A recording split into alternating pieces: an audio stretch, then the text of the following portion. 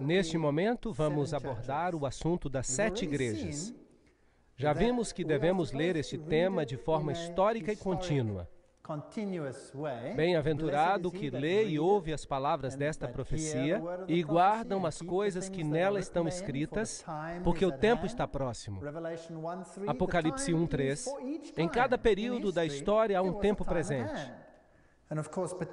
O tempo está próximo e, com certeza, particularmente para a nossa época. Eu fui arrebatado no Espírito do Senhor, eu ouvi por trás de mim uma grande voz, como de trombeta, e vimos o grande Epanados, o paralelismo de Apocalipse 1, que nos diz que Jesus é o centro de todo o livro e de toda a Bíblia, que Ele é o grande Eu Sou. Vimos como no livro de Gênesis o homem perdeu acesso à árvore da vida, a morte passou a existir, ele passou a trabalhar, ele perdeu o domínio, ficou nu e foi separado de Deus. E vimos no primeiro capítulo como ele iria chegar a uma restauração que viria para lhe outorgar o acesso à árvore da vida, a vitória sobre a morte, o maná escondido, Jesus, que acabaria com essa fome espiritual para sempre, e o domínio se estabeleceria, roupas brancas e não mais separação de Deus. E então tivemos uma pequena introdução às 7 igrejas.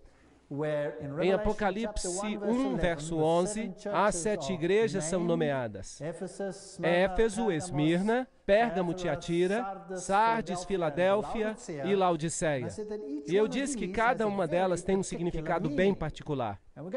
Vamos percorrer esses 7 períodos de tempo, tais como são descritos no livro do Apocalipse e apresentados por ele, aquele que caminha por entre os 7 castiçais de ouro. Portanto, temos um período de tempo no ministério de Cristo, quando ele está dentro do santuário, oficiando no lugar santo. Não vamos então falar de escatologia,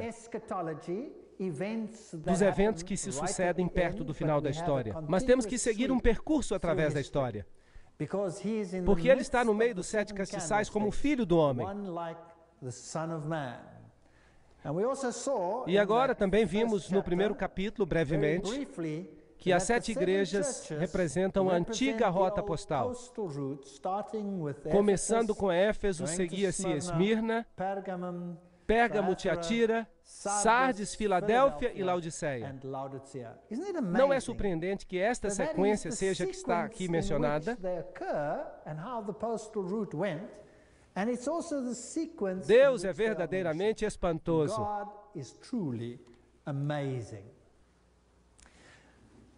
Escreve as coisas que tens visto. Logo, a aplicação do tempo, as que são e as que depois destas hão de acontecer. A aplicação ao futuro e o mistério das 7 estrelas que viste na minha destra e dos 7 castiçais de ouro. As 7 estrelas são os anjos, os mensageiros. São as 7 igrejas. Então, a igreja é o meio pelo qual Cristo dissemina a verdade. Então, vamos à Turquia, Ásia Menor, onde encontraremos essas igrejas. Esta é a cidade de Istambul, e aqui você encontrará algumas das mesquitas mais belas do mundo. Encontrará os restos da grande batalha entre as religiões, o Império Otomano, o grande forte dos otomanos, pontes sobre o Estreito de Bósforo, matrimônios, gente que vive ali hoje, do mesmo jeito que em todas as partes do mundo. Todos lutam para ganhar a vida e buscam alguém a quem amar. Esse é um jovem casal comprometido. Ela está vestida de rosa aqui, e ali está a carruagem sobre uma das 7 colinas de Istambul. Constantinopla. Esta é uma das cidades com 7 colinas. Roma é a outra cidade com 7 colinas. E é interessante que ambas foram capitais do Império Romano. E aqui está a grande mesquita azul de Istambul. tremendas edificações que representam uma das maiores religiões do mundo. Vamos tratar de alguns desses assuntos à medida que nós avançamos no livro de Apocalipse. Aqui está a Santa Sofia, um lugar muito interessante. Hoje é um museu, mas costumava ser uma igreja cristã nos tempos bizantinos. Quando os muçulmanos tomaram controle no período bizantino e no período pós-bizantino, transformaram-na numa mesquita e hoje em dia é um museu. É interessante que nesta igreja existem relevos cristãos pintados sobre a parede. E quando os muçulmanos tomaram o controle, pintaram as paredes de branco, tomaram tinta branca e passaram por cima. E assim que desapareceram do lugar. E agora, com o passar do tempo, a tinta branca está desvanecendo, assim que quando alguém entra na igreja, vê os relevos cristãos. E se olharem atentamente, conseguem ver. Interessante, para mim é algo simbólico. É como se as grandes barreiras entre as religiões estivessem desaparecendo. E elas estão se unindo em uma só. Tempos interessantes que o mundo está enfrentando. Estes são canais subterrâneos onde você pode fazer compras, mas é bem escuro lá embaixo. Com certeza é um país bem interessante. Um dos países mais fenomenais para se visitar. Excelentes instalações, culinária deliciosa, a mistura de terceiro mundo e primeiro mundo em um só. A grande cidade de Troia existiu aqui. E aqui estão as ruínas dessa cidade. Isso é o que restou do povo, dos troianos. Aqui é o local onde Paulo pregou numa noite, e deve ter sido um pregador tedioso, porque seguia pregando horas e horas. Assim como eu, porque o pobre do Eutico não pôde suportar mais e acabou dormindo. E aqui estão alguns dormindo enquanto eu estou falando. Mas ele caiu da janela e quebrou o pescoço. E Paulo fez um milagre, orou por ele e ele ressuscitou.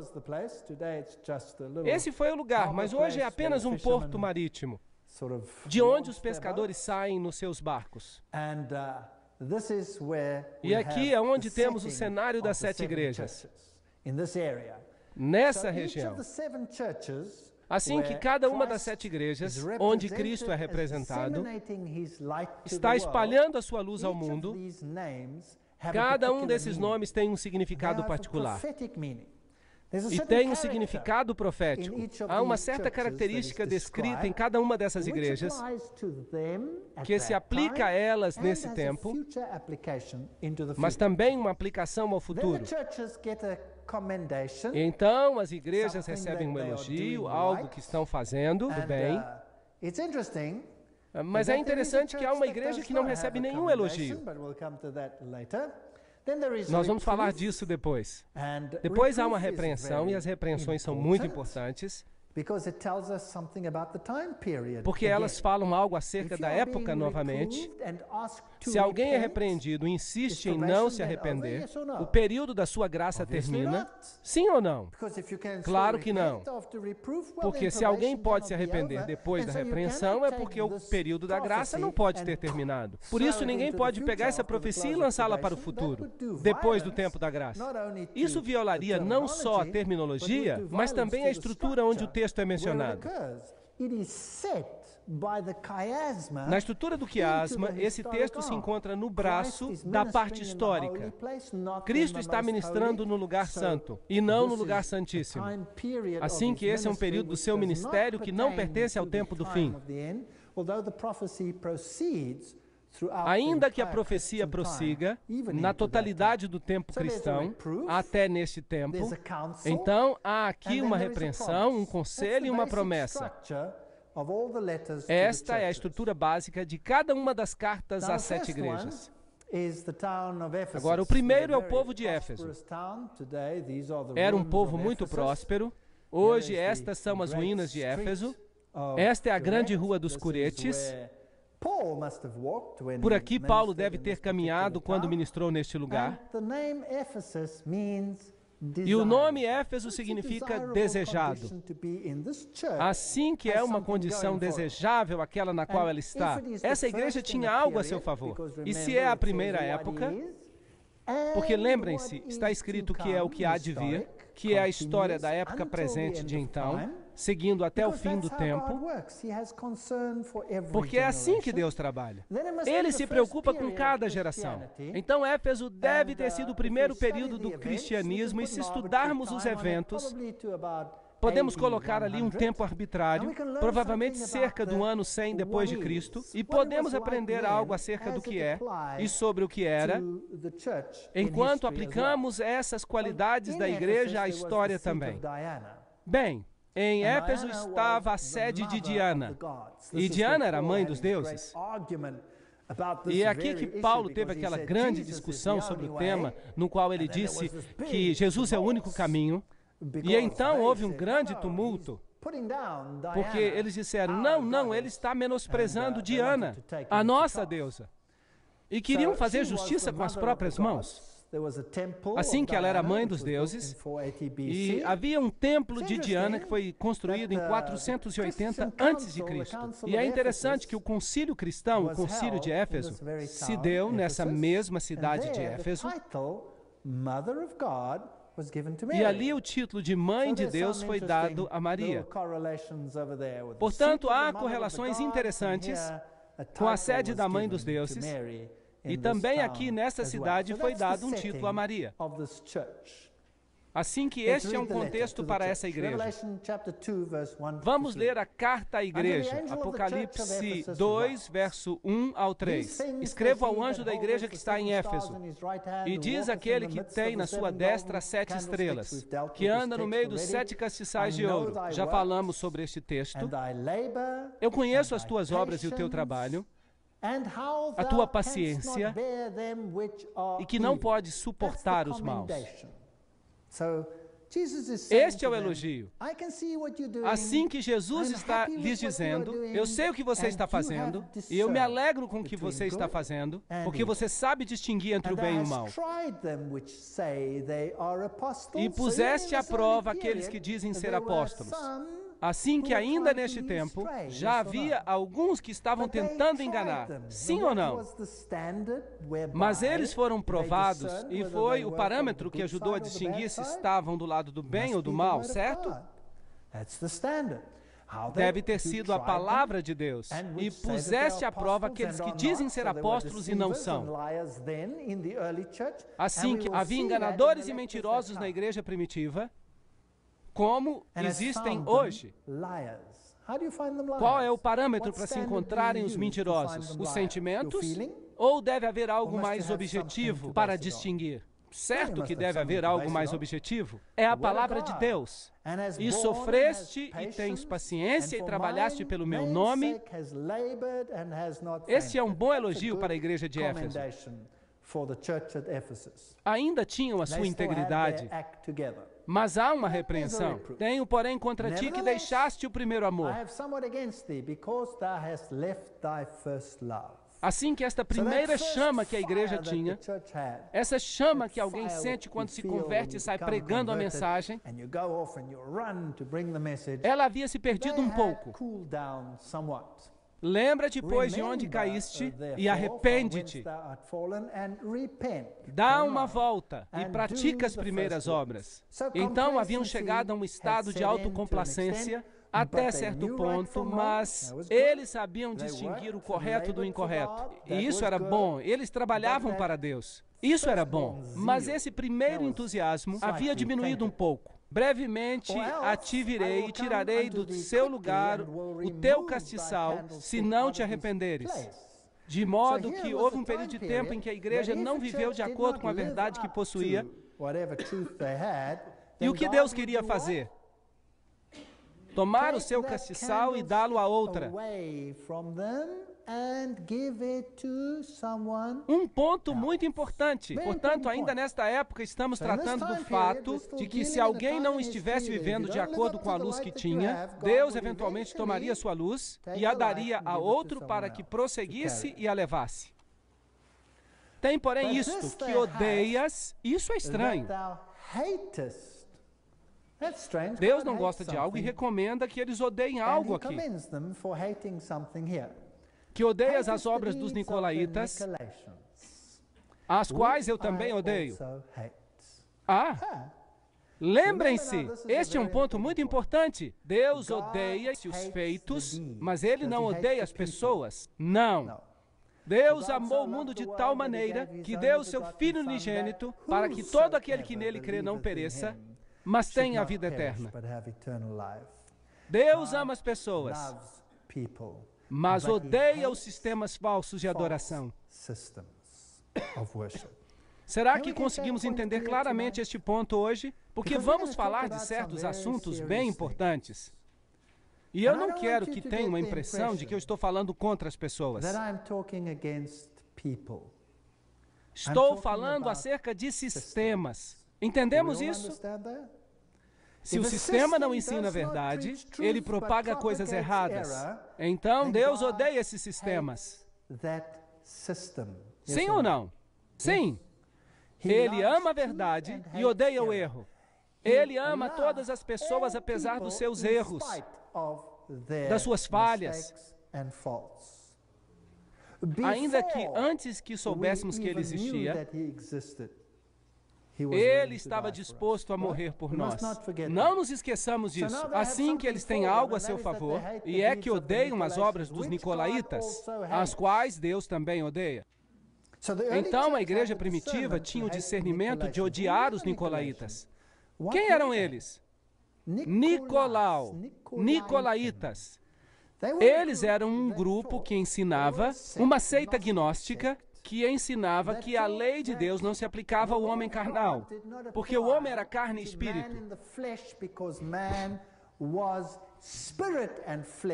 Portanto, aquilo que o homem fizesse na sua carne não se aplicava à sua espiritualidade. É uma forma comum de se pensar hoje também.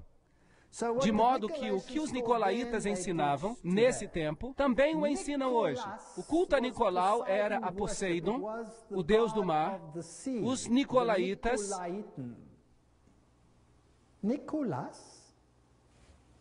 Nicolau, já ouviram este nome hoje em dia? Sim, hoje adoramos no santuário de São Nicolau. Não encontrarão na história, podem procurar na Enciclopédia Britânica.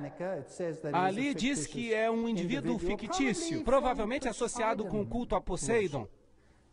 Muito interessante. Jesus Cristo é Deus. E Jesus Cristo é o Salvador. Jesus Cristo é o que nos salva. Agora, celebramos o seu aniversário em que dia? Em 25 de dezembro. A Bíblia diz que os pastores estavam nos campos. Assim que não pode ter ocorrido em 25 de dezembro. O Deus Zeus tem o seu aniversário no dia 25 de dezembro. O Deus Osíris tem o seu aniversário no dia 25 de dezembro.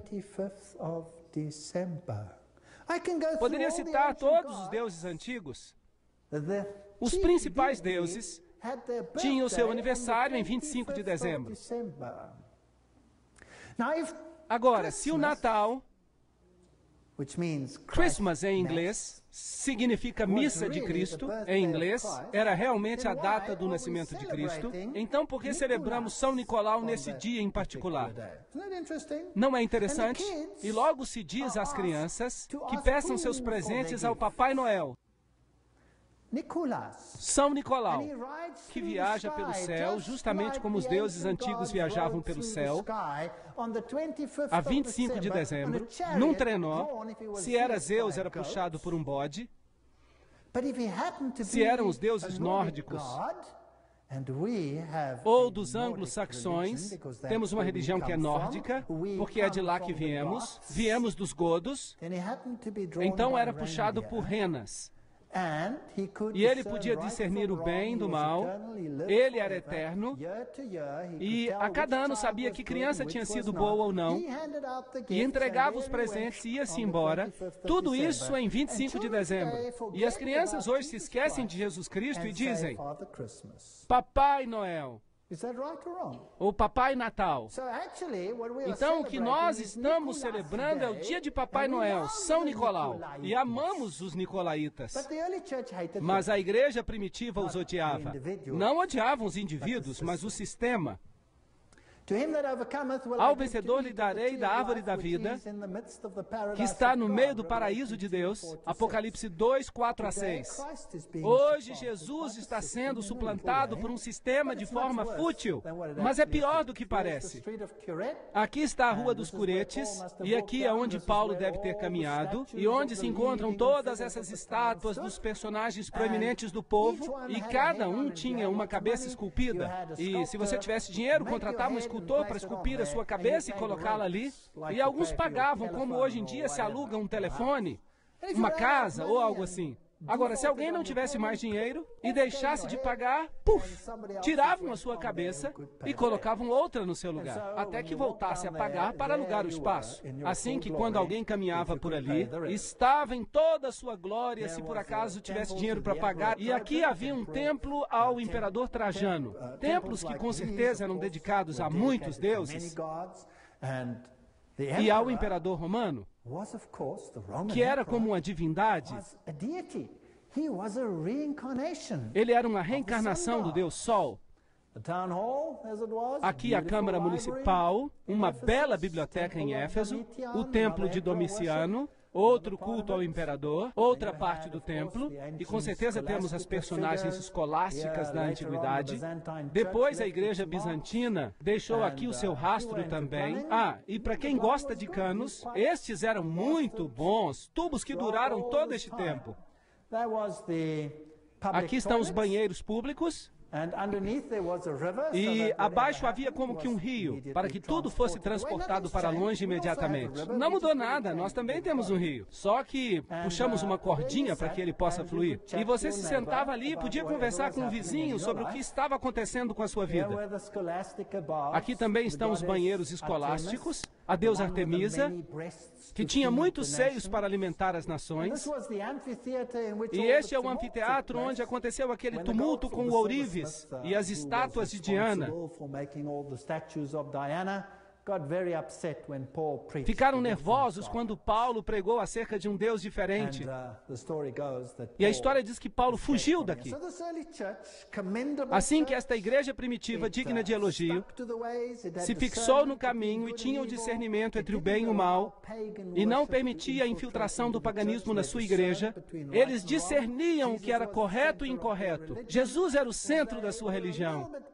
Estavam um pouquinho insatisfeitos consigo mesmos, mas fora isso estava tudo muito bem. O primeiro tempo da história cristã tinha exatamente essas características. Éfeso era um porto, mas hoje não há mais porto. De fato, o mar hoje está a muitos quilômetros de distância. Tudo está cheio de lodo. Aproximadamente no ano 800 depois de Cristo, deixou de ser um porto. E esse é um fato interessante em termos de tempo e evolução.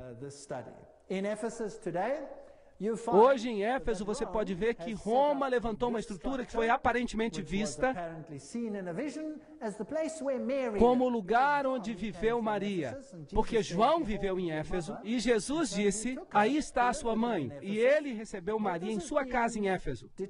Mas isso tem sido determinado como falso. De qualquer forma, é aqui que muitos vêm adorar aos pés de Maria. Todas as religiões vêm aqui. Católicos, peregrinações de protestantes, até nações islâmicas vêm a este lugar em particular. Bem, o próximo período de tempo é Esmirna, desde o ano 100 depois de Cristo até provavelmente 303 depois de Cristo, porque esse foi um tempo de tremenda perseguição. A palavra mir está inclusa na palavra Esmirna e significa aroma doce, um aroma de sacrifício. Se considerarmos a cidade em si, havia ali um santuário à deusa Nêmese. Policarpo foi o seu primeiro ministro e ele foi martirizado. Interessante. E nessa representação vemos os 10 dias de perseguição. A Bíblia diz que devemos tomar um ano por cada dia. Houve algum período na história da igreja em que eles foram perseguidos por cerca de 10 anos? A resposta é sim. Houve um imperador chamado Diocleciano que decretou um período muito intenso de perseguição e terminou no ano 303 depois de Cristo. Ou seja, desde o ano 303 até o ano 313, quando Constantino revestiu o seu paganismo de cristianismo, e o cristianismo se tornou a religião oficial do império. Então, leamos o que diz aqui, acerca da igreja em particular. E ao anjo da igreja que está em Esmirna, escreve, diz o primeiro e o último, o que foi morto e reviveu, eu conheço as tuas obras e tribulações e pobreza, assim que estavam passando por tempos difíceis. A igreja primitiva cresceu rapidamente e as coisas iam muito bem, até que a nova religião começou a desafiar a religião oficial. Então, isso desencadeou uma perseguição. Logo que uma pessoa desafia os paradigmas do mundo, há perseguição. Eu conheço as tuas obras e tribulação e pobreza, mas tu és rico. E a blasfêmia dos que se dizem judeus, ou seja, cristãos da igreja primitiva, porque eles usavam as palavras judeu e cristão intercambiadamente, mas não são e são a sinagoga de Satanás, de tal maneira que há duas igrejas neste mundo, aqueles que representam a Deus e a seu Filho, e aqueles que representam um outro poder. Então esta igreja recebe um elogio aqui. E não há repreensão, nenhuma, em absoluto. Nada temas das coisas que hás de padecer. Eis que o diabo lançará alguns de vós na prisão, para que sejais tentados, e tereis uma tribulação de 10 dias. Aí temos um período de tempo mencionado de maneira particular, a perseguição de Diocleciano, que tomou lugar durante este período. Ser fiel até a morte e dar-te-ei a coroa da vida. Aí está a promessa de restauração. Quem tem ouvidos, ouça o que o Espírito diz à igreja. O que vencer não receberá o dano da segunda morte. Interessante esta teologia. Vamos falar dela nas próximas conferências. Apocalipse 2, 10 e 11. Portanto, aqui está uma igreja que não recebe repreensão. Só há elogios. Isto é desejável. Mas o que tiveram que passar para não ter nenhuma repreensão? Perseguição. E sobre os tempos de perseguição, se nota que a escória se separa. O que acontece durante o período de perseguição é que aqueles que são conhecidos apenas pela forma da religião, eles ficam para trás. Porque se torna muito doloroso fixar-se apenas à forma. Então eles se dão por vencidos. Portanto, se em verdade querem manter-se firmes durante o período de perseguição, mais vale que estejam bem fundamentados na rocha, mais vale que saibam aquilo no que acreditam. E é por isso que o livro de Apocalipse é muito importante, porque nos avisa que virá um tempo de angústia o qual nunca houve. E é bom que estejamos seguros daquilo em que cremos, para estarmos firmes durante esse tempo. Então, será que houve essa perseguição? Será que alguma vez existiu esse Diocleciano? Bem, eu vou levar vocês de volta à cidade das Palmas, Palmira, com esta grande rua de colunas romanas, como vimos na conferência anterior. E aqui estão as pilastras do templo de Bel, ao fundo, e esses grandiosos arcos. E enquanto você percorre a cidade, você chega a esse letreiro que diz Acampamento de Diocleciano. Interessante. Portanto, esse imperador tinha o seu acampamento e os seus soldados aqui, de onde ele dirigiu a sua perseguição à igreja primitiva. Muito interessante. Essa perseguição purificou a igreja de todos aqueles que se apegaram ao pão e ao peixe. Mas aqueles que se fixaram à rocha Eles foram elogiados. De modo que este era o grande acampamento de Diocleciano, e a Esmirna moderna se chama Izmir, uma cidade bastante moderna. Isso é tudo que ficou da Esmirna antiga. Não é muito, mas há uma história muito interessante, de um tempo interessante. Aqui estão jovens se divertindo em Esmirna, como em qualquer outra parte do mundo. Sabem, eu acho que Deus os ama e ficaria contente, como Ele gostaria que eu e você tivéssemos conhecimento completo da verdade. Mas se uma pessoa tem a verdade e a defende, isso é o que pode acontecer. Perseguição. Este é o Coliseu onde foram perseguidos, onde Nero queimava os cristãos. Ele usava umas tochas humanas e as dava aos leões para comerem.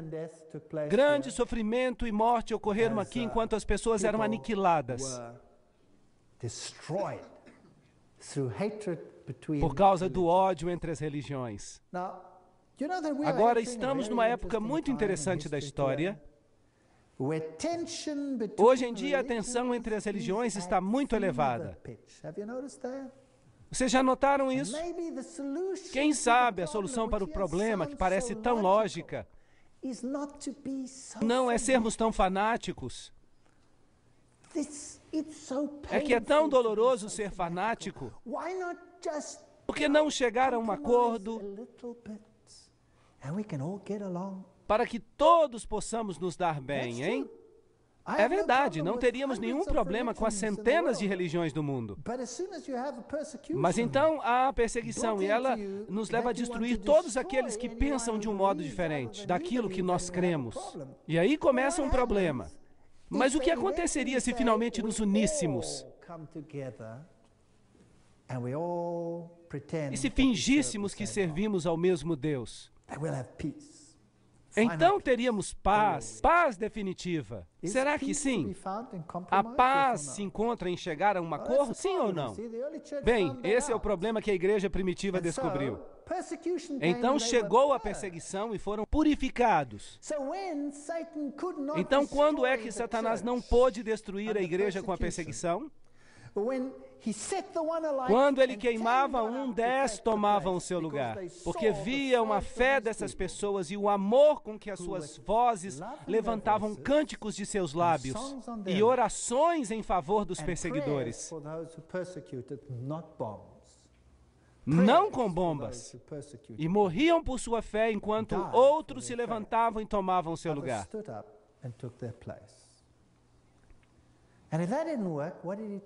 E se isso não funcionou, o que o diabo tentou a seguir? Que tal usar a tática de Balaão?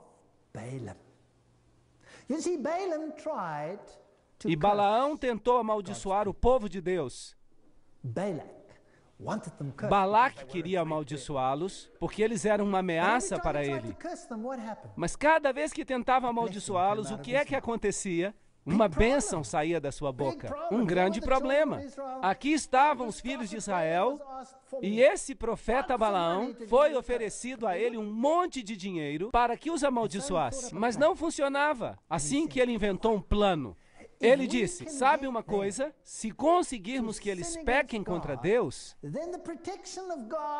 então a proteção de Deus lhes será retirada, e aí sim os teremos nas nossas mãos. Então vamos tentar fazê-los pecar. Já sei o que faremos. Vamos realizar um festival. Vamos ter uma grande festa. Uma festa fantástica, com música estupenda. E vamos adorar a outros deuses. E belas mulheres. Podemos colocar minissaias só por uma noite e mostrar as pernas. E foi isso que fizeram.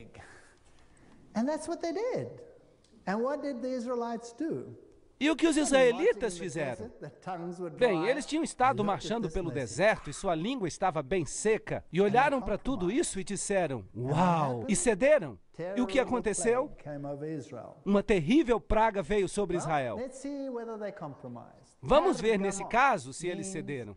Pérgamo significa elevação. Elevar. Elevar o quê? Elevar o eu sobre o divino.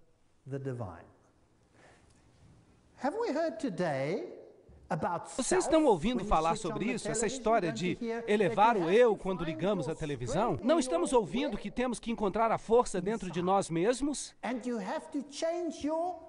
Temos que nos transformar a nós mesmos e que você tem que fazer tudo por si mesmo. Que essa é a nova forma de salvação. Pérgamos, elevar os caminhos do homem acima dos caminhos de Deus. É isso que se chama idolatria. De maneira que, na capital romana da província da Ásia, havia um templo a Zeus, Júpiter, também a Esculápio, o deus serpente, uma serpente que instruía os homens, uma serpente enrolada num poste. Será que temos esse símbolo hoje? Sim, o mundo da medicina o usa. O procônsul de Pérgamo tinha uma espada de 2 gumes. E é muito interessante que essa cidade era o bastão do clero. O sacerdócio babilônio é que a Babilônia foi conquistada pela Medopérsia e eles tomaram o controle da região babilônica. Mas os sacerdotes se rebelaram contra a Medopérsia. E então o clero foi expulso e se estabeleceu aqui nesta cidade. Assim que aqui estava o clero babilônico oficial, com suas antigas raízes. Interessante. Tomaram as pedras de paládio, as vestiduras, as quais eram as vestiduras de Dagon. Tinham um manto de peixe e tinha uma mitra relacionada com o peixe, com a forma de uma boca aberta sobre a cabeça. Muito interessante, porque eles representavam a Dagon, o deus dos peixes. E ele era chamado de Pontifex Maximus, a ponte entre o céu e a terra. De modo que você era salvo pela mediação da igreja, em vez da mediação de Cristo. Portanto, eles eram uma ponte entre o céu e a terra, junto com as chaves e a mitra. Então, os sacerdotes tinham as chaves, 2 chaves, a chave para o céu e a chave para o inferno. Muito interessante. E eles eram chamados de os reis pontífices de Pérgamo. E o último foi Átalo III. Ainda antes dessa região se converter ao cristianismo. Átalo III, quando se deu conta de que Roma ia conquistá-los pela força, deu o seu título ao imperador romano. Por isso, quando você vai a Roma hoje, pode encontrar relacionadas ao imperador romano as letras PM, Pontifex Maximus, o construtor de pontes. E os imperadores romanos, como vimos antes, eram deuses. Assim que você podia orar para eles, e eram eles que abriam as portas do céu para os homens. Agora, é interessante que as mesmas letras PM não se encontram apenas após os nomes dos imperadores romanos, senão também relacionadas ao nome de quem? Dos papas. Se encontram as letras PM, Pontifex Maximus, então esse título se atribuiu através da história aos imperadores romanos e finalmente aos pontífices de Roma, que, por acaso, também tem 2 chaves. As chaves que se referem a quem? De Pedro, e que tem também as mesmas vestes, com a mitra, que representa a Dagon. Como foi que tudo isso chegou à igreja cristã? Agora, em 378 depois de Cristo, o imperador cristão Graciano recusou o título. Portanto, aqui estavam os imperadores romanos e de repente um diz: não, eu não quero esse título. E então ficou sem dono até que Damaso se tornou bispo de Roma e foi assim que o título chegou a ser parte integral do pontificado romano. Então, hoje ainda existe esse título. Mas o que foi que aconteceu aqui a Pérgamo? Bem, foi aqui que chegou o comprometimento, a mescla. Em Pérgamo temos um grande altar de pedra, e o qual era com certeza um altar aos deuses, dedicado a todos os deuses do panteão. Uma batalha tremenda está representada nele, entre as forças do bem e do mal.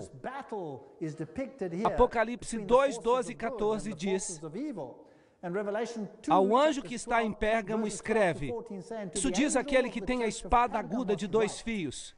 Jesus está falando acerca da palavra de Deus. E aqui vemos um outro que também tem uma espada. Mas ele é um mediador terrestre. Eu conheço as tuas obras e sei onde habitas. Lembrem-se que ele está falando à sua igreja. E eles viviam onde? Onde está o trono de Satanás. De maneira que esse sacerdote, que supostamente é outro, Babel, portal para Deus, é uma abominação de Satanás. É a sede de Satanás, que é onde está o trono de Satanás, e retens o meu nome. Ou seja, que essa igreja estava firmada na verdade, apesar dessas circunstâncias, e não negaste a minha fé ainda nos dias de Antipas. Um nome muito interessante. Minha fiel testemunha, o qual foi morto entre vós, onde Satanás habita. É a segunda vez que isso é mencionado aqui. Então aqui vemos alguém que preferiu morrer a negar a sua fé. E ele se chama Antipas. Bem, agora Antipas poderia ser, alguns dizem, um personagem histórico. Este ou aquele, um pastor dessa igreja, que foi fiel nesse tempo. Mas a palavra Antipas também significa antipontífice, assim que o nome poderia ter um sentido espiritual. E significava esse indivíduo que dizia ser capaz de mediar entre Deus e o homem, de modo que a mediação havia se deslocado de Deus e de Cristo para o homem. E isso era um problema. E o povo foi elogiado por ser Antipas. Mas umas poucas coisas tenho contra ti. Aqui está a repreensão. Porque tens aí os que seguem a doutrina de Balaão. Aqui está. Que ensinava Balaque a lançar tropeços diante dos filhos de Israel, para que comessem dos sacrifícios da idolatria e se prostituíssem. Assim que algo havia estado escondido dentro da igreja, porque há alguns que seguem a doutrina de Balaão. Já falamos da doutrina de Balaão. Qual era? Condescendência, mesclar, fazer com que pecassem, instá-los a quebrar a lei de Deus, e assim os teremos sob controle. Assim temos um comprometimento no qual uma doutrina está sendo ensinada, ensinando as pessoas o caminho equivocado, e começam a servir a outros deuses. E é isso justamente o que vai acontecer com a igreja cristã.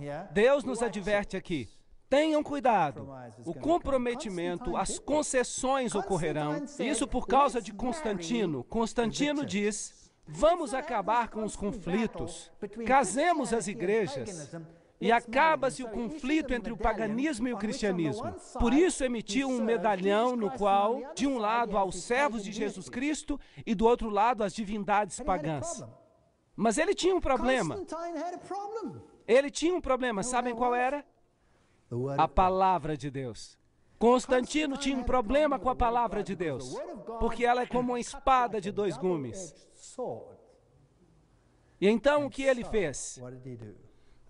Ele disse, cheguemos a um acordo. Vou dar uma palestra completa sobre este tema. Então conseguiu que o seu sacerdote, chamado Eusébio, reescrevesse porções da Bíblia. E mandou 50 cópias,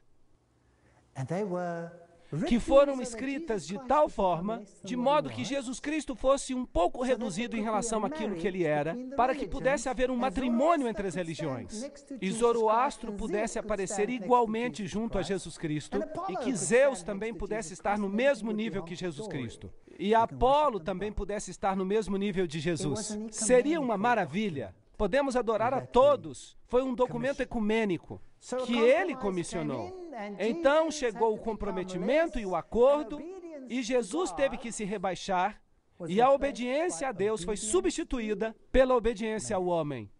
E o problema era a doutrina de Balaão. Mas também temos os que seguem a doutrina dos nicolaítas. Ups! Os primeiros odiavam a doutrina dos nicolaítas, estes agora se apoiam nela. Arrepende-te, pois, em breve virei a ti, sobre eles batalharei com a espada da minha boca. Quem tem ouvidos, ouça o que o Espírito diz às igrejas. Ao que vencer, darei a comer do maná escondido, e dar-lhe-ei uma pedra branca, e na pedra um novo nome escrito, o qual ninguém conhece, a não ser quem a recebe. O comprometimento são os maiores males de todos, porque são enganosos. Aqui está a grande cidade. Estas são as pessoas que vivem ali hoje. O mercado, ainda do terceiro mundo, o muro vermelho, o muro de fora, o templo de Dionísio, o templo de Trajano, o templo de Zeus ou Júpiter. Há um poço que o imperador Guilherme fez, mas o acabou tirando e levando tudo a Esculápio, Asclépio, que era uma das divindades adoradas em Pérgamo. Concessões, comprometimento. Eu gostaria de lhes dar um conselho hoje. Que os comprometimentos entre o erro e a verdade sejam rejeitados. Que Jesus e sua lealdade sejam feitos eternos no coração.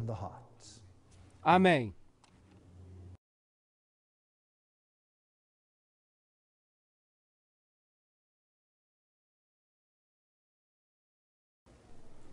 Na sessão passada, chegamos até Pérgamo, uma das igrejas entre as 7 que vimos que estava fazendo concessões. A igreja havia entrado num compromisso e vimos algumas pessoas que se agarravam às doutrinas dos nicolaítas, quando antes haviam sido rejeitadas. Aqui há um grande anfiteatro dessa cidade e um poço, e o período seguinte de tempo é o mais triste na história da igreja. Porque uma vez que uma pessoa aceita as concessões, isso cresce como um câncer na igreja e chega até ser uma escuridão total. Assim que o próximo período mencionado é Tiatira, do ano 538 depois de Cristo até provavelmente o ano 1517. Este nome tem muitos significados. Doce sabor do trabalho significa sacrifício de arrependimento, e alguns dizem que significa também os ensinamentos de Satanás. Depois que as concessões entraram na igreja, e claramente vemos que o método de Balaão foi utilizado, os nicolaítas já eram aceitáveis, enquanto a primeira igreja primitiva os havia rejeitado. Aqui temos um período de tempo de escuridão, que começa aproximadamente no ano 538 depois de Cristo. O decreto de Justiniano foi emitido para designar o bispo de Roma como corretor dos hereges, e agora a palavra não era mais o parâmetro que decidia o que era bom e o que era mal, mas o ser humano era quem tomava o papel de decidir o que a pessoa deveria crer. Isso é um problema. Concordam? Sim, Deus nos criou como pessoas livres. E individualmente temos que comparecer diante de Deus um dia e dar um informe do que fizemos e do que cremos. Vamos poder dizer, ele decidiu por mim, sim ou não? Não. O que aconteceu quando Adão e Eva pecaram? Qual foi a primeira coisa que fizeram? Eles colocaram a culpa em alguém, certo? Sim. Quando Deus disse a Adão, o que fizeste? O que disse Adão? A mulher que tu me deste foi culpa dela. E quando olhou para a mulher, o que ela disse? Pois foi a serpente que me enganou. Lembram-se disso? Então, uma vez que assumimos essa atitude, então começamos a colocar a culpa em outra pessoa. Estamos vivendo numa sociedade que transfere a culpa. Já notaram isso? Ninguém tem problemas seus neste planeta. Não há nenhuma criança que tenha um problema seu neste planeta. Eu tenho esse problema, mas é por causa dos meus pais. Já ouviram isso? O meu pai era bastante exigente e a minha mãe fez isso, e é por isso que eu tenho esse problema hoje. Ninguém tem um problema que seja seu. O problema sempre vem de outra pessoa. O pai que me deste é o problema. Às vezes é verdade, mas essa é uma tendência do mundo. São as outras pessoas que têm culpa. Agora, então, havia um corretor de hereges. Havia alguém que decidiria por nós aquilo em que deveríamos acreditar. E se não fizéssemos do jeito que ele decidiu, o que aconteceria? A morte. Seria o seu fim. Assim que esse é o período da história em que o homem chega a ser o padrão para todos os demais. É conhecida como a Idade das Trevas. Uma vez que uma pessoa rejeita a luz e presume que é a luz, aí então se entra em escuridão. Se o Filho de Deus não é mais a luz do mundo, e outra pessoa se torna a luz do mundo, então estamos em trevas. Não há outra solução. Hauser, um teólogo católico romano, diz que essa é a igreja da Idade Média. Nessa cidade havia um templo ao deus Apolo, deus Sol, e havia um altar a uma deusa feminina. Vamos falar sobre isso mais adiante, nas palestras. Havia uma divindade feminina aqui. Havia uma indústria têxtil nessa cidade, onde se faziam tinturas. Tinturas de púrpura e carmesim, feitas de uma raiz de rúbia. Púrpura e carmesim também são as cores da Igreja da Idade Média. Muito interessante. E essas cores têm um significado muito especial. Púrpura é a cor da realeza e carmesim é a cor do sacrifício. Assim que eles assumiram uma posição de realeza e sacrifício, que não deveria se aplicar a mais ninguém a não ser Jesus Cristo. Eles se estabeleceram como normas, são eles que podem perdoar o pecado. São eles que dizem, vinde a mim, todos que estáis cansados e oprimidos, e eu vos aliviarei. Vinde a mim e confessai os vossos pecados, e eu vos darei absolvição. Quando Jesus diz, eu sou o caminho, a verdade e a vida, confessem os pecados a Deus. Portanto, havia aqui um problema. Logo nesta história, à medida que a cidade se desenvolve, está a história de Jezabel. Agora, se olhamos para o Antigo Testamento, vemos que Jezabel foi uma princesa fenícia. Ela se casou com Acabe, o rei de Israel, e levou todo o povo de Israel à adoração do sol. Podem ler o relato em 1 Reis 18:4 e 2 Reis 9:22. Jezabel levou o povo à adoração de Baal. E nesse período de tempo, havia sacerdotes de Baal. E havia também sacerdotes de Astarote. Astarote era uma divindade feminina adorada. Então havia uma divindade masculina e uma divindade feminina. Isso é muito interessante. E se podia orar às duas. Havia sacerdotes de uma divindade e de outra. Agora, a Igreja da Idade Média fez exatamente o mesmo.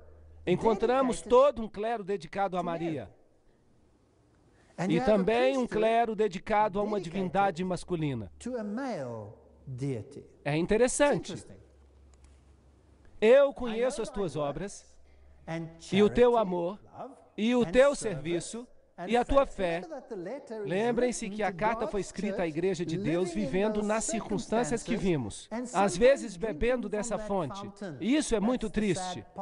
E a tua paciência e que as tuas últimas obras são mais do que as primeiras. Portanto, aqui temos uma declaração acerca das obras. Não me interpretem mal. Não há nada mal nas obras, porque a fé sem obras é morta. Mas se as obras tomam o lugar da fé, então a fé também está morta. Entendem? De modo que havia aqui uma igreja que havia transferido a ênfase da fé para as obras.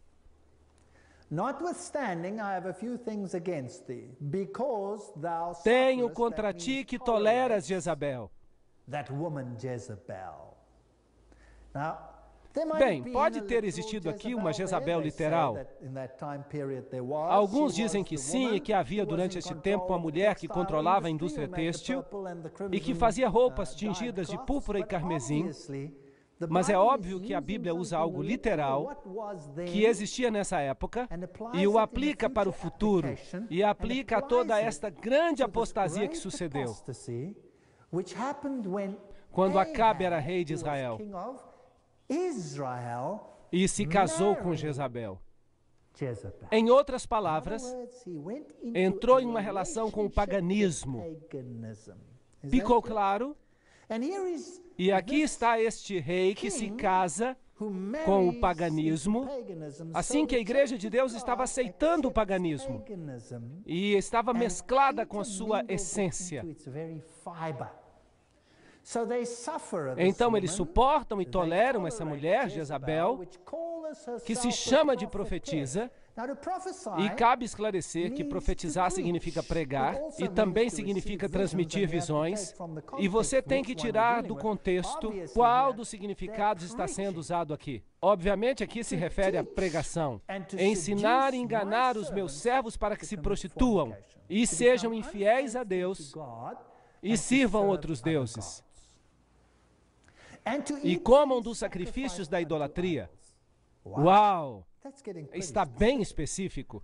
A idolatria. E comer e beber passa a ser uma parte da idolatria. Seria bom esclarecer que Deus sempre advertiu o seu povo a não comer comida sacrificada a ídolos. E aqui se menciona uma forma de idolatria específica. É importante ver que as divindades pagãs, Baco, Zeus, Júpiter, Osíris, a quem se rendia culto, isso era feito com biscoitinhos redondos, pães, que simbolizavam os corpos, como se fossem corpos literais. Foi durante essa época que isso entrou no sistema da igreja, será? Sim, claro. E dei-lhe tempo para que se arrependesse da sua prostituição, e não se arrependeu. Eu lhe dei tempo, muito tempo para se arrepender. Mas o triste é que não se arrependeu. Eis que a porei numa cama, e sobre os que adulteram com ela virá grande tribulação, se não se arrependerem de suas obras. Mas não se arrependeram. Assim que esse sistema não mudará. Vai continuar. Vai continuar a ser assim. Então Deus terá que tomar essa luz e dá-la a outra pessoa. Porque esse sistema não vai se arrepender. É um sistema problemático. E ferirei de morte os seus filhos. Então os filhos sairão para fora desse sistema. E eles serão tão apóstatas como ela foi. E todas as igrejas saberão que eu sou aquele que sonda os rins e os corações. E darei a cada um de acordo com as suas obras. Portanto, se o seu critério são as obras, eu vou julgar você de acordo com as obras. E se leva as pessoas à idolatria, eu vou julgar você por isso. E aos restantes que estão em Tiatira, a todos quantos não têm essa doutrina, ou seja, nem todos seguiram esse caminho, chegou a haver uma grande divisão na igreja. E não reconheceram, como dizem, as profundezas de Satanás. Está aqui uma terminologia muito interessante. Conhecer as profundidades de Satanás significa que uma pessoa deve ter sido iniciada nos segredos do ocultismo. Não é assim? Há pessoas hoje que afirmam conhecer as profundidades do ocultismo. E teremos que reconhecer onde estão localizadas as profundidades do ocultismo hoje em dia. E vamos fazer isso nas próximas palestras, sem dúvida. Mas aqui está localizada em que igreja? Na igreja da Idade Média. Conhece as profundidades de Satanás. Uau! Isso dá medo. Vamos ter que examinar esse assunto. Outra carga não vos porei. Assim que há pessoas que resistem a se comprometer com essa condescendência e rejeitam esse ensinamento interno, esse ocultismo. Mas o que tendes, retende-o até que eu venha. Esta é a primeira referência à vinda de Cristo. Portanto, é óbvio que estamos avançando no período de tempo. Desde um tempo em que a igreja sabia qual era a verdade, depois começou a ficar muito satisfeita consigo mesma e passou por um período em que houve uma grande perseguição e foi purificada, Esmirna, e então entra num período de concessões, quando a verdade começa a se misturar com o erro. É um período em que o homem se postula a si mesmo como padrão para decidir o certo e o errado. E então subverte a religião e substitui a palavra. E logo entramos no ocultismo puro. Retende-o até que eu venha. E ao que vencer e guardar as minhas obras até o fim, eu lhe darei poder sobre as nações. Bem, aqui está o pilar de Justiniano. Aí está, este aqui. Comemora o decreto pelo qual o homem agora pode decidir quem está certo e quem está errado. E tem o direito de castigar mesmo com a morte. Esses pilares são descendentes dos pilares egípcios. São símbolos fálicos de Osíris. Isto é o paganismo. Vão encontrá-lo especialmente em Roma, com certeza. No centro do Vaticano, há um tremendo pilar de Tutmós III, o próprio faraó do Êxodo. A coroa tríplice, que é da Medo-Pérsia, e que representa, em realidade, o Deus da terra, do céu e do mundo dos mortos. Uau! Isto é impressionante? Ser coroado com uma coroa que te faz rei do céu, da terra e do mundo dos mortos, tomando o lugar de outra pessoa. Bem, obviamente precisamos de algum reavivamento. A igreja da Idade Média se converteu em escuridão e chegou a ser conhecida como a Idade das Trevas.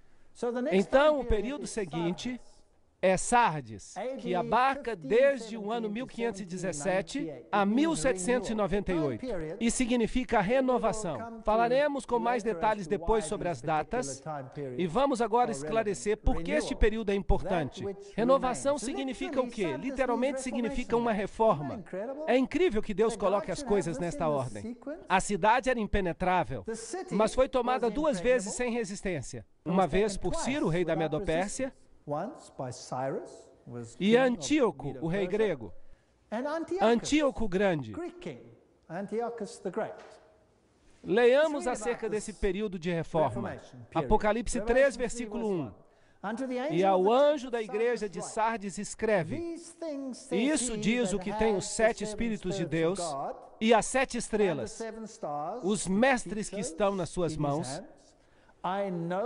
Conheço as tuas obras, que tens nome de que vive, mas estás morto. Uau!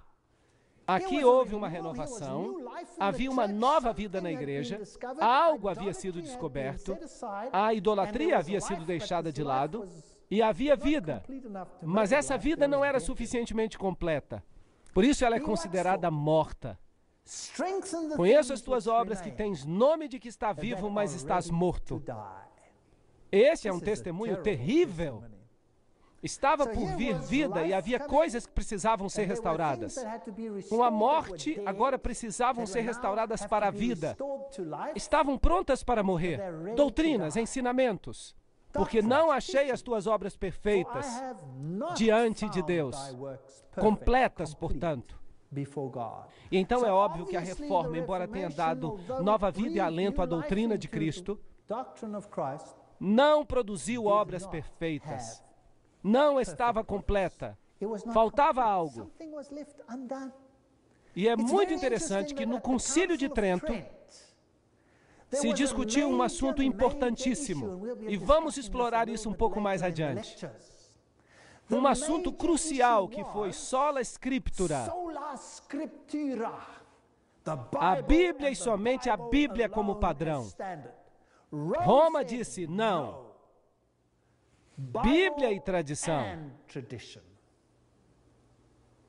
E é a tradição o contexto no qual a palavra deve ser avaliada, interpretada, de tal maneira que a tradição, o homem, suplanta e controla os assuntos da Bíblia. Essa foi a posição de Roma. E era o homem que determinava como a Bíblia deveria ser lida. Assim, é a igreja que decide o que é bom e o que é mal para uma pessoa, e não a palavra de Deus. A Reforma diz não, sola gratia, salvos pela graça e pela graça apenas, salvos por Cristo, Jesus Cristo, e a palavra de Deus é o padrão pelo qual vivemos. Esse foi o assunto. Quem ganhou no Concílio de Trento? Boa pergunta. Roma foi quem ganhou. A Reforma perdeu no Concílio de Trento. É triste, eu vou falar sobre isso numa palestra. A Reforma perdeu. Veio uma ruptura. Houve uma divisão. Tiveram uma grande oportunidade, a maior oportunidade na história do mundo para completar a obra. Mas perderam. E por quê?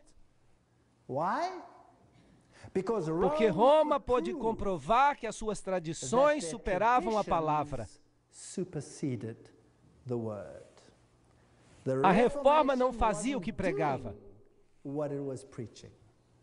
A Reforma dizia, sola scriptura, a palavra de Deus e somente a palavra de Deus. Então a igreja perguntou, guardam todos os ensinamentos? Então, por que seguem Roma em alguns assuntos e ignoram a Bíblia nesses assuntos? Por que deixam a Bíblia de lado? Um cardeal se levantou e fez um discurso, e vou voltar a essa questão numa palestra mais lá na frente. Ele disse, porque aceitam as nossas tradições sobre a palavra e transgridem os seus próprios preceitos. Não sabem o que dizem, vocês são apenas uns rebeldes. E a Reforma perdeu porque não era perfeita diante de Deus.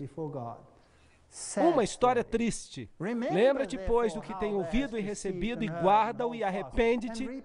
E se não vigiares, virei sobre ti como um ladrão. E não saberás a que hora virei sobre ti. Esta também é uma história muito triste. Se você rejeita a luz, mais cedo ou mais tarde não conseguirá distinguir o tempo em que vive. E a vinda de Cristo será uma surpresa total. Mas também há em Sardes algumas pessoas que não contaminaram as suas vestes.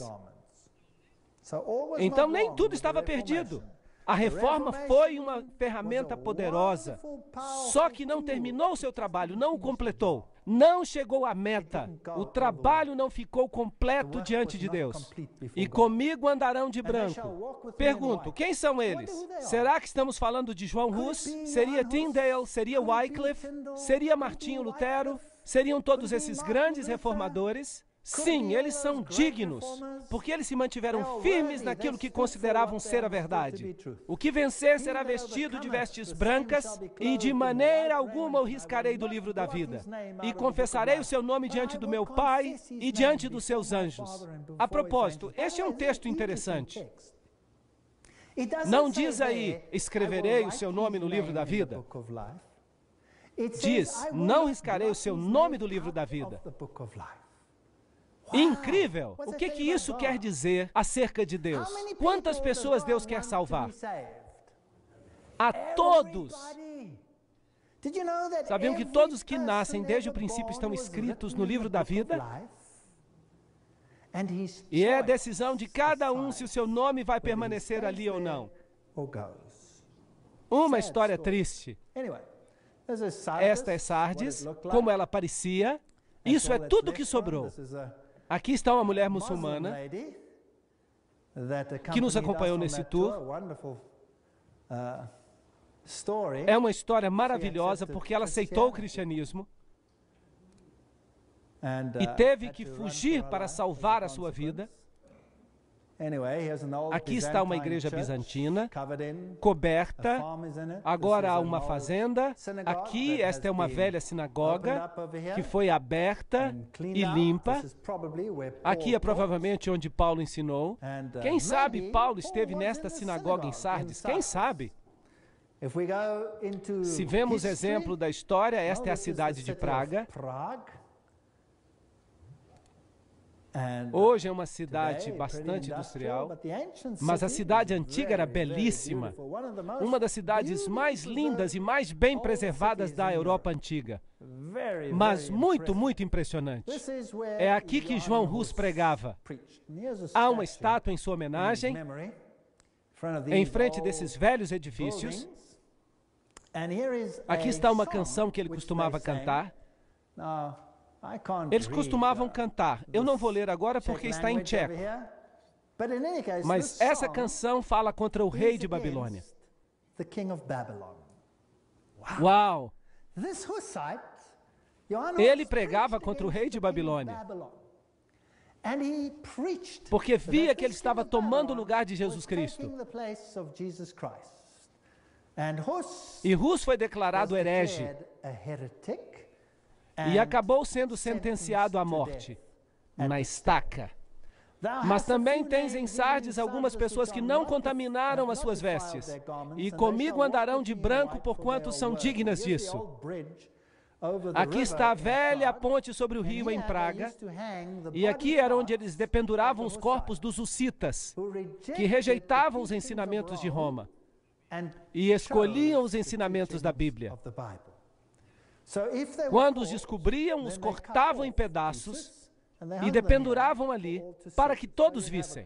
De tal modo que se podia ver um cadáver ali, com um braço aqui, uma perna ali, dependurados para mostrar às pessoas que não valia a pena ir contra a igreja da Idade Média. Quando se cruza esta ponte hoje, pode-se encontrar os santos pagãos ali. Aqui uma mulher colocando a mão nesta imagem. É possível que esta estátua de bronze, que está aqui toda brilhante, porque todo mundo coloca a mão nela, realmente tem algum poder, porque eles creem que se puserem as mãos aqui, receberão uma bênção especial. Este é um santo católico que aparentemente morreu aqui, ao ser dependurado sobre a ponte. Assim dizem, mas na realidade, dizem que se colocar aqui a mão, recebem uma bênção especial. Assim que uma pessoa pode receber uma bênção especial pelas mãos de homens. E essa era a ideia contra a qual lutavam os hussitas. O homem acima de Cristo. O símbolo da adoração ao sol, os signos do zodíaco. Aqui está uma enclave jesuíta, com as letras IHS, Isis, Horus e Set, a trindade egípcia. Aqui está um balneário, um retiro, onde se podem comprar alimentos saudáveis. Aqui está Martinho Lutero. E aqui nesta escada, essa escadaria que se chama La Santa Scala, Martinho Lutero se levantou depois de ter estado ajoelhado e disse: o justo viverá pela fé. E vejam, esta escadaria, dizem que foi a escadaria pela qual Cristo caminhou quando foi sentenciado à morte por Pilatos. E então, uma noite, miraculosamente, os anjos pegaram esta escada em Jerusalém e a trouxeram para Roma. Assim ela deve ter chegado ali. E fizeram esta catedral ao redor. E se hoje você sobe esta escadaria ajoelhado, você vai receber uma bênção especial e 90 dias de absolvição. Ainda hoje você recebe. E isso significa que por 90 dias você pode fazer o que quiser e estará antecipadamente perdoado. Um sistema estupendo, exceto que não é bíblico. Olhem para estes jovens e idosos engatinhando através destes degraus, tentando encontrar perdão pelo que tenham feito. Isto é muito triste. Quando tudo que temos que fazer é olhar para Cristo e dizer: aqui estou eu, Senhor, sou um pecador, perdoa-me. E Jesus olha para nós e diz: não te condeno. Vai e não peques mais. Que maneira maravilhosa de encontrar perdão. 1521, aqui se apresentou Martinho Lutero ante o imperador e rei. E ele disse: aqui estou, não posso agir de outra maneira. Ou é pela palavra ou não é pela palavra. A propósito, Martinho Lutero percebeu que as suas obras não eram completas. Mas ele não podia fazer mais. Os seus seguidores deveriam ter continuado o trabalho, mas não o fizeram. Ele se manteve firme. Mas o resto é história. O trabalho não foi concluído. E assim isso é o que aconteceu. Não foi? Martinho Lutero não conseguiu completar o trabalho. E uma outra denominação cristã se levantou e disse: Martinho, falta outra coisa. E eles começaram uma nova denominação. E começaram a seguir um novo líder, que se chamava Calvino. E eles se chamaram de calvinistas. E então disseram: Ei Calvino, ei Lutero, vocês não perceberam que a Bíblia ensina outra coisa aqui? E em seguida vêm os batistas. E encontram alguma coisa, alguma informação. E os luteranos dizem: bem, Martinho não viu isso. Então nós também não vamos olhar para isso. E os calvinistas dizem: bem, Calvino também não viu isso, e então nós não vamos seguir este caminho. E então vem os que seguem Wycliffe e dizem: encontramos algo fantástico aqui na Bíblia. Como protestantes vamos fazer isso? Ei, não, é melhor que vocês façam sozinhos. Façam do seu jeito, com a sua denominação. E foi assim que aconteceu. E surgiram todas essas denominações cristãs, cada uma com suas doutrinas, que são em parte baseadas na Bíblia, mas cada uma alegava ter algo diferente das outras, que os mantinha separados. Não temos todos a mesma Bíblia? Sim ou não? Não temos todas as mesmas verdades? Então por que há tantas denominações? Não podemos descobrir a verdade e fazê-la? Bom, veio então Filadélfia, 1798 a 1844. Filadélfia significa amor e irmandade. Átalo II a construiu porque amava o seu irmão Eumenes. E foi uma entrada através das montanhas, era uma porta aberta. Essa é uma época interessante porque depois que a reforma se completou, aí a missão mundial começou.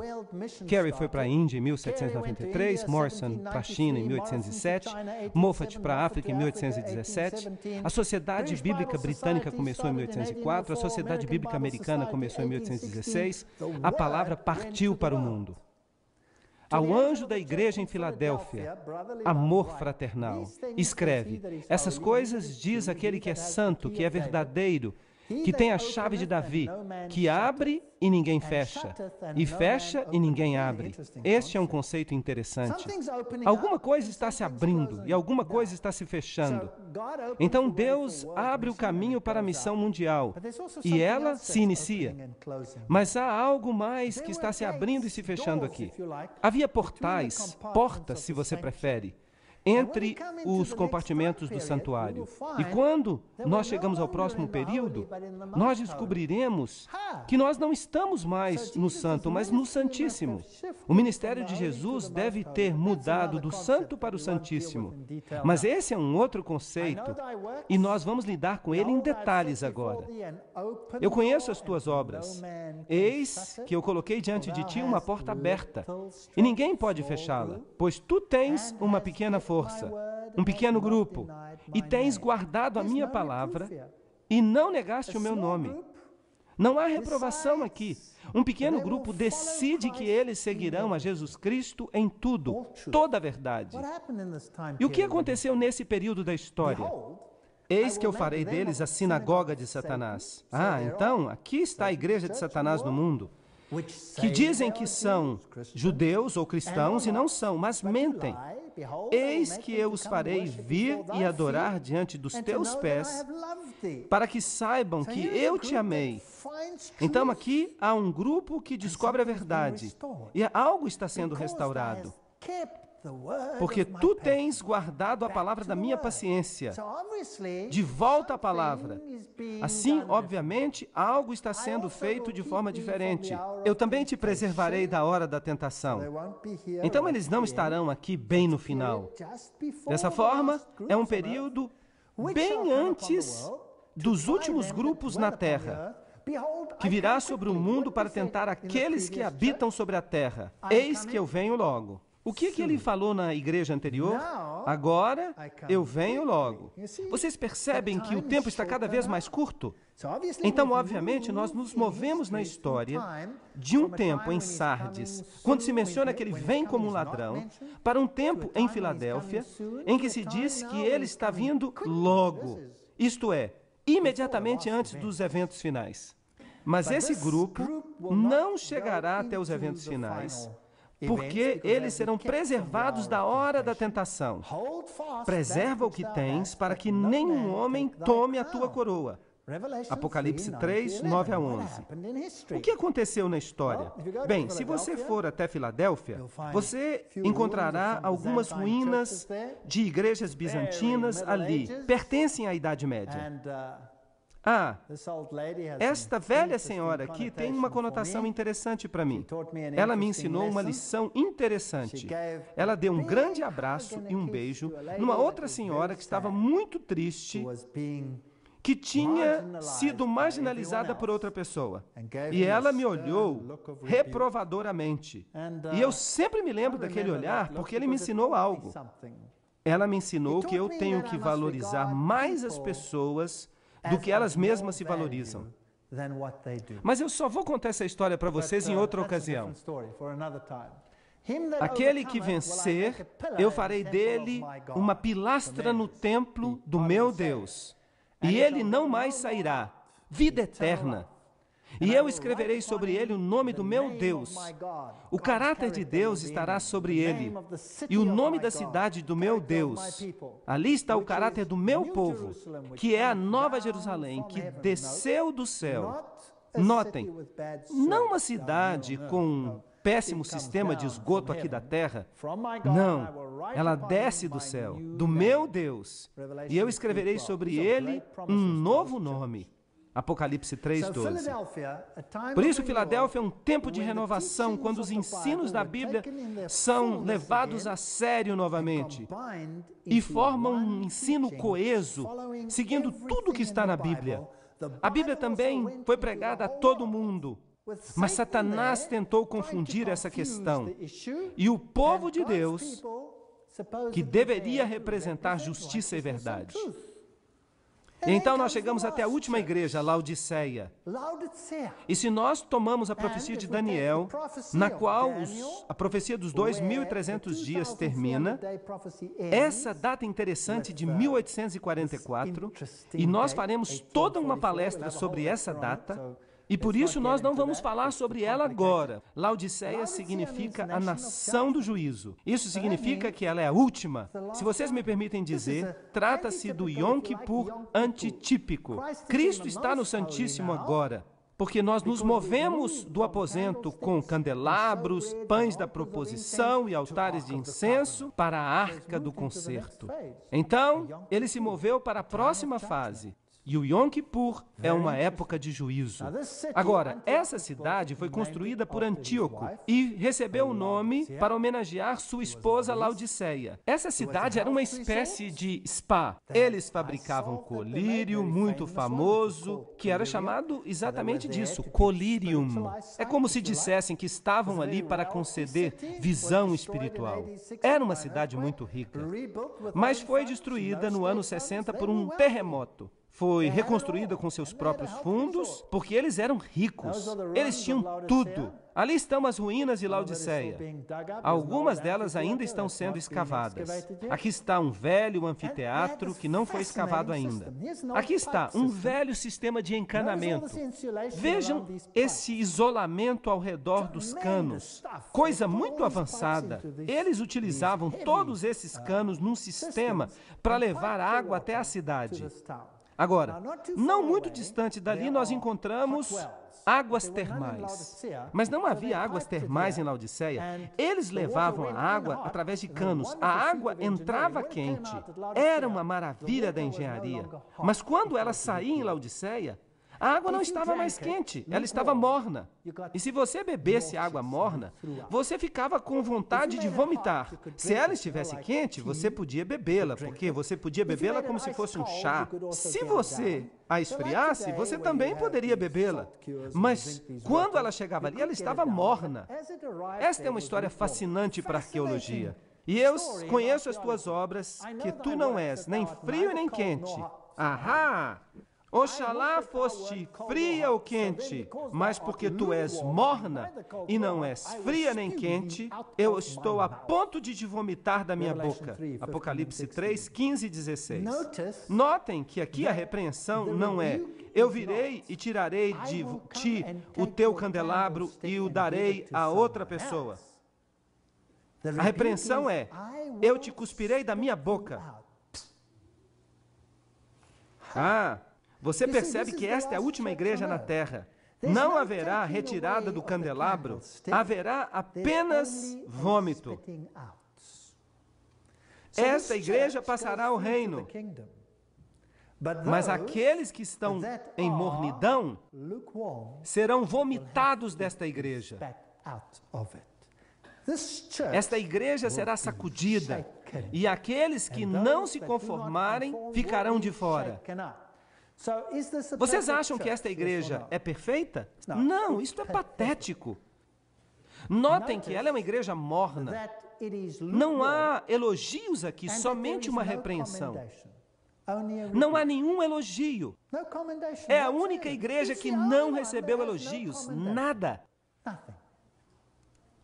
Não muito longe dali estavam as verdadeiras águas termais. E mesmo hoje, há ali muitos spas com ricos depósitos de carbonato de cálcio. E essas pequenas poças de água quente, elas se encontram em toda parte. É um lugar muito bonito. Eles ainda fazem ali alimentos saudáveis. Há anfiteatros. Vejam este camelo. Eu acho que ele precisa ir ao dentista. E porque tu dizes, sou rico e abastado e de nada necessito, e não sabes que tu és miserável, pobre e cego e nu? Uau, esta igreja está encrencada. Aqui está um menininho juntando Gabberet. É uma pequena substância usada na indústria alimentícia, que é também um anestésico. Mesmo hoje, essa área é conhecida por causa das suas plantas medicinais. E veja, nós temos uma mensagem associada com Laodiceia, uma mensagem de saúde, algo para o corpo físico, mas infelizmente eles pensam que estão ricos. Agora, Deus está interessado em riquezas literais? Sim ou não? Não. Em que eles são ricos? Sim, eles têm um conhecimento bíblico. Eles têm o conhecimento bíblico. Vejam que a reforma não conseguiu completar o trabalho. Vejam que a reforma não conseguiu completar a tarefa. A reforma se fragmentou por causa de uma tarefa incompleta. Então, o período de Filadélfia chegou e ocorreu uma consolidação. E a palavra foi mais uma vez apresentada em sua plenitude. E Laodiceia herdou esse conhecimento. Aqui estavam eles. Eles tinham o conhecimento. E o que eles fizeram com ele? Eles sentaram em cima do conhecimento. E o que eles fazem então? Eles ficam ricos e abastados e não têm necessidade de nada. Eles começam a brincar de igreja. A igreja deveria ser a luz do mundo. Mas essas pessoas brincam de igreja. E não entendem que são miseráveis, pobres, cegos e nus. São cegos, não têm discernimento. Eles estão vazios de Cristo. Vejam que a fé sem obras é morta. É verdade que as obras não ganham pontos para vocês, porque nós somos salvos pela graça e pela graça apenas. Mas, no entanto, se você não partilha essa graça, então há algum problema com você. E se você é rico, você crê que você tem a verdade, então por que partilhá-la com outras pessoas? Talvez isso deixe você constrangido. E há pessoas que podem acreditar que têm a verdade e que a verdade vai salvá-los. Bem, os judeus acreditavam nisso. E eles tinham a verdade, mas eles rejeitaram o Messias e o crucificaram. Eles não fizeram isso? Então, ter a verdade não salva você. Ter Jesus Cristo salva você. E se você tem Jesus Cristo, você vai sair e você não vai condenar aqueles que não conhecem a verdade. Você amará aqueles que não conhecem a verdade e você tentará ganhá-los para a verdade. Porque Jesus morreu por você e por mim, quando nós ainda éramos pecadores. Certo ou errado? E vai ser desse jeito. E eu quero lhe dizer algo. Ninguém, e eu vou dizer isso com toda dureza, ninguém é salvo por uma compreensão correta de qualquer doutrina. Vocês entenderam isso? Se vocês têm o conhecimento perfeito de como ser salvos, será que isso é suficiente para salvá-los? Não! Se você ficar ocioso com esse conhecimento, se você pensar que é rico e abastado, então você não será salvo. Apliquem esse conhecimento ao coração, façam de Jesus o centro, o alfa e o ômega de sua vida. Esse é o conhecimento que salva com as obras. Mas se vocês ficarem ociosos, isso não vai salvar vocês. Se vocês se tornarem ricos e abastados e ficarem discutindo picuinhas, pequenos detalhes, dizendo, eu tenho um conhecimento perfeito desta doutrina e, portanto, eu estou certo e você está errado, e você está perdido e eu estou salvo. Esta igreja tem uma compreensão tão plena que ela tem tempo para debater todos os detalhes e fica como um cachorro correndo atrás do próprio rabo, em círculos, sem chegar a lugar algum. Esta igreja é miserável. Então, se você está procurando a igreja perfeita para o tempo do fim, você não a encontrará. Tem que procurar uma igreja que é miserável, pobre, cega e nua. Então você vai encontrá-la. Como isso é possível? Eu te aconselho a comprar de mim ouro provado no fogo, para que tu fiques rica, e vestes brancas, para que te possas vestir. Então, como você fica rico? E como você consegue as roupas da justiça? E como você cobre a vergonha da sua nudez? E como você consegue discernimento espiritual e colírio para que você possa ver? Aqueles a quem amo, eu repreendo e castigo. Sede zelosos, portanto, e arrependei-vos. Então, se vocês querem fazer o que é certo, Deus vai colocar vocês no fogo da aflição. E eu tenho más notícias. Qualquer um que descobre esta verdade fica quente. E você terá que cuidar de si mesmo e comer Geberet. E aqui está uma batida à porta. E aqui está um lindo campo pronto para a colheita.